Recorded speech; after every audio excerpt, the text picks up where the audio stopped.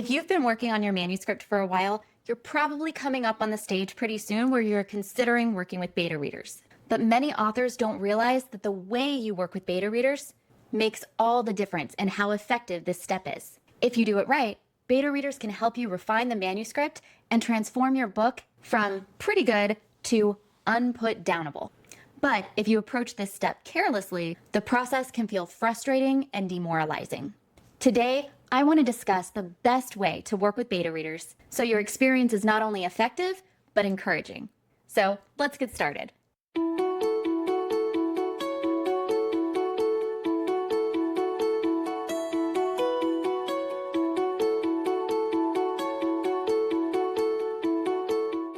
Welcome back. If you're new here, I'm Amanda, and I started this channel to help new authors navigate the self-publishing process with clarity and confidence. And if you've reached that stage in your writing journey, when it's time to get feedback on that manuscript you've been putting so much time and work into, this video is going to detail that process so you can manage the beta reader stage like a pro. So let's start with the basics, because there's a lot of confusion in the industry around exactly what a beta reader is and the role they play in helping you develop your book. First of all, beta readers are not editors or proofreaders. They are also not the same thing as ARC readers. ARC readers help you promote your book right before and during the launch process. Beta readers, on the other hand, are critique partners that help you recognize gaps and stumbling blocks in the manuscript before you send it to your editor. And this is where a lot of authors get tripped up. They often ask friends and family to read over the manuscript, secretly hoping to get validation that the manuscript is actually good. But a beta reader isn't really supposed to be a confidence booster. That's a different role, one that's honestly most effectively played by you. A good beta reader is actually someone who fits the criteria of your ideal reader. They enjoy reading that genre for fun and can give you clear, honest feedback on the experience that book provides. Good beta readers aren't supposed to stroke your ego. They're supposed to point out issues that the authors can't see because they're too close to the work. So it's important to put yourself in the right mindset before you send your book out to them. It's also important to set clear expectations on the type of feedback you're looking for, so your beta readers can know best how to help you. Think of it this way. Your beta readers are your test audience. Before a big movie premieres, studios will have test screenings with specifically curated audiences. This helps them see in real time how the movie is perceived so they can make any necessary changes before it's too late. Your beta readers are your studio audience that will help you refine your book to be the best it can be. Now we understand the purpose behind working with beta readers, but how do you find the right readers to help you with this step? Like I said earlier, your friends and family might not be the best choices for this responsibility. People who love you will often sugarcoat the feedback or be brutally honest in a way that is unintentionally hurtful rather than constructive. Neither of these scenarios helps you improve your book. Instead, you want to curate your beta reader group the same way that big studios curate screening audiences. Here's what you actually want to look for when considering beta readers. One is people who regularly read books in that genre. These individuals will understand the nuances and reader expectations of popular books in that category. They will be able to instantly tell if the pacing is off, if the characters are underdeveloped, and if the tropes and emotional moments are hitting like they're supposed to. This is exactly what you need before you spend money to send your book off to editing. Next, you want to find people who will actually be able to finish reading it. This sounds obvious, but it's actually a harder criteria than people often realize. People are busy. They have jobs, families, and responsibilities outside of helping you with your book. So it's important to set this expectation up front and give your beta readers a clear timeline for when you need the reading finished by. Usually 6 to 8 weeks is a pretty fair time frame. And by letting your beta readers know this up front, you give them the courtesy of being able to opt out early on if they know they can't meet this expectation. Finally, you want to find readers with multiple different experience levels. Those readers who can tell you exactly why a section isn't working are super helpful. But those readers who may not know why, but can still tell you if a character or chapter is boring or frustrating, those readers are also important. Try to curate a team of beta readers that is a mix of both experience levels, so you can get a wide range of feedback. Try to avoid getting together a group of beta readers that is comprised only of other authors. Fellow authors can give good feedback, but they often over-edit or bring their own writing opinions into the mix. You want readers for your book, not other writers. So where is the best place to find beta readers with this criteria? Everywhere. You can check out writing communities on Reddit, such as r/beta readers. There are also Facebook groups for specific genres, Goodreads groups, and even your own newsletter if you already have one. Aim for 4 to 8 beta readers that can help you find patterns, but not overwhelm you with so much feedback that you can't properly process it. And if you're worried about the safety of your manuscript sending it out to strangers, you can easily protect it by vetting your readers in advance, adding a watermark to the heading of each page, or paying the one-time fee to go ahead and copyright your work. Okay, you've got your beta readers lined up. Now it's time to set them up for success. The quality of the feedback you receive is directly tied to how organized you are and the guidance you give them.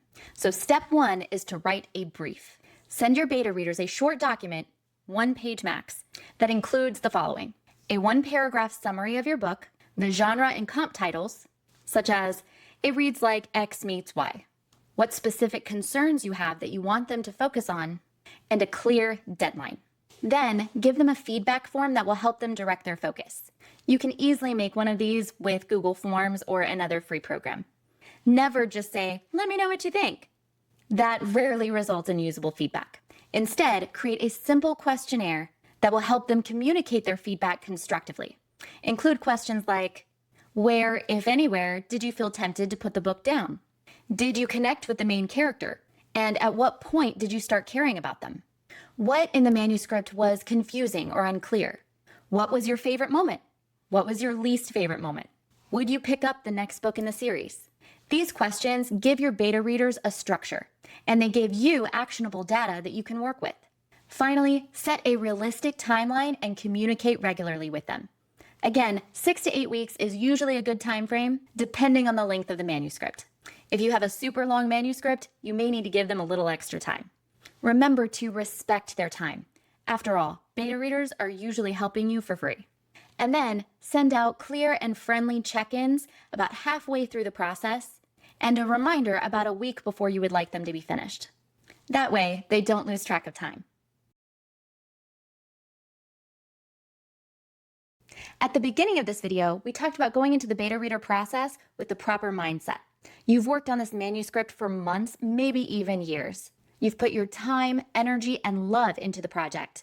And it's easy to find yourself defensive when the feedback finally starts to roll in. It's important to mentally prepare yourself in advance, because you might hear things that you don't actually want to hear. And it's powerful to decide in advance how you're going to respond. The worst thing you could do is respond from a defensive state. This could not only hurt your relationship with your beta readers, but it also closes your mind off to the potential improvement that feedback could be providing. Instead, strive to look at feedback objectively. Pay attention to patterns rather than outliers. If one person hated the ending, that might be personal taste. But if 5 people felt unsatisfied with the way it ended, that could be a signal. You want to pay special attention to the themes that surface across multiple readers rather than individual opinions. Also, take a moment to mentally separate your emotional reaction from the information. Many authors think they will have no problem with feedback until it's sitting right in front of them. Your emotional reaction is valid, but don't make any decisions from that emotional place. When you first read the feedback, just receive it. Let it sit with you for about 24 to 48 hours. Then go back and highlight anything that comes up more than once. Give yourself the space to recognize where your beta readers are coming from and analyze the manuscript from their perspective. Finally, keep in mind that you don't have to act on everything. Beta reader feedback is data, not the rule. Your job is to take in that data and weigh it against your personal vision for that book. Sometimes feedback reveals a real flaw, but sometimes it simply reveals reader preference, which may not align with your vision, and that's okay. At the end of the day, it's your book, and it's important that you are proud of the outcome. Also, keep notes of the feedback you received and what you changed or didn't change in the manuscript. This information will come in really handy when you're discussing your book with your developmental editor. They can often give you way better advice on how to fix specific issues that your beta readers found. Now, before we finish, I want to highlight some of the most common mistakes authors often make when working with beta readers so that you can avoid them. First, don't start the beta reader process too early. Don't send out your rough first draft. You want to set your beta readers up for success by giving them a polished manuscript to critique. That means revising your manuscript at least once or twice before handing it over. Second, send out the entire manuscript at once. Don't send it out chapter by chapter. This one is pretty common because authors often want a taste of how the manuscript is coming across before they've actually finished it. And I'll be honest, I've made this mistake before. The problem is, reading a book in installments creates a completely different reader experience than reading it cover to cover. It's one thing if you plan on releasing the book in installments on your website or a reader app. But for most of us who plan to publish the book as a whole, you need to send the whole thing out at once. Your beta readers can't give you the right feedback if their reading experience doesn't mirror that of your future potential readers.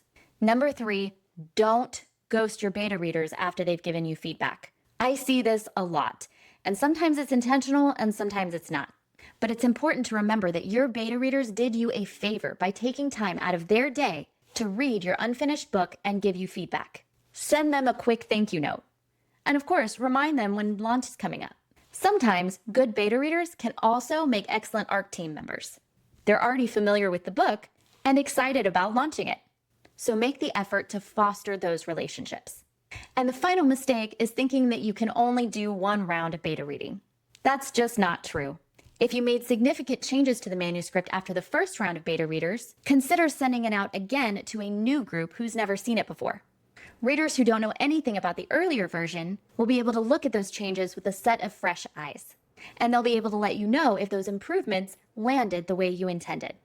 Beta readers are one of the most powerful and yet most underused tools in self-publishing. They cost almost nothing, give you the reader's perspective before publishing, and can save you from launching a book that misses the mark. As long as you go through the process with a clear strategy and positive communication, they can make a huge positive difference in your book. And if you found this video helpful, please hit that like button and consider subscribing to my channel. Also, if you're considering working with beta readers in the future, drop me a comment and let me know what genre you're working in. And don't forget to check out this next video on understanding different types of editors and what they each do for your manuscript. This understanding is a game changer. Thank you for joining me today. And as always, happy writing!